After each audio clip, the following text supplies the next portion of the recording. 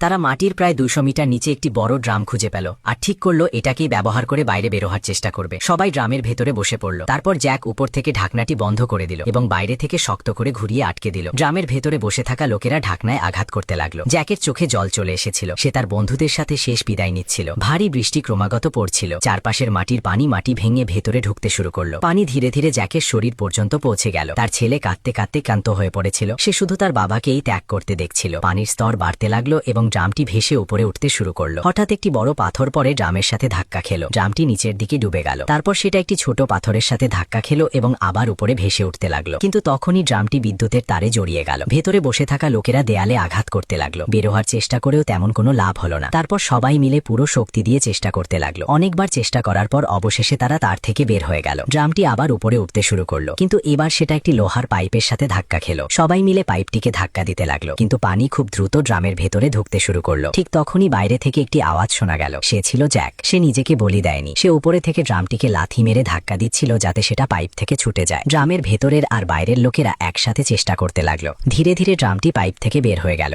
এখন সেটা মুক্ত ছিল, কিন্তু পানি এখনো ভেতরে ঢুকছিল। সবাই মিলে ছিদ্র বন্ধ করার চেষ্টা করলো, কিন্তু পানির স্রোত খুবই দ্রুত ছিল। ঠিক তখনই একজন লোক চিৎকার করে উঠল এবং নিজের হাত ছিদ্রের মধ্যে ঢুকিয়ে দিল, যাতে বাকিরা কিছু সময়ের জন্য বাঁচতে পারে। জ্যাক সাঁতরে ড্রামের কাছে পৌঁছাল এবং তার বন্ধুর হাত ধরার চেষ্টা করলো, কিন্তু ড্রামটি খুব দ্রুত উপরে উঠছিল এবং তাদের মাঝের দূরত্ব বাড়তে লাগছিল।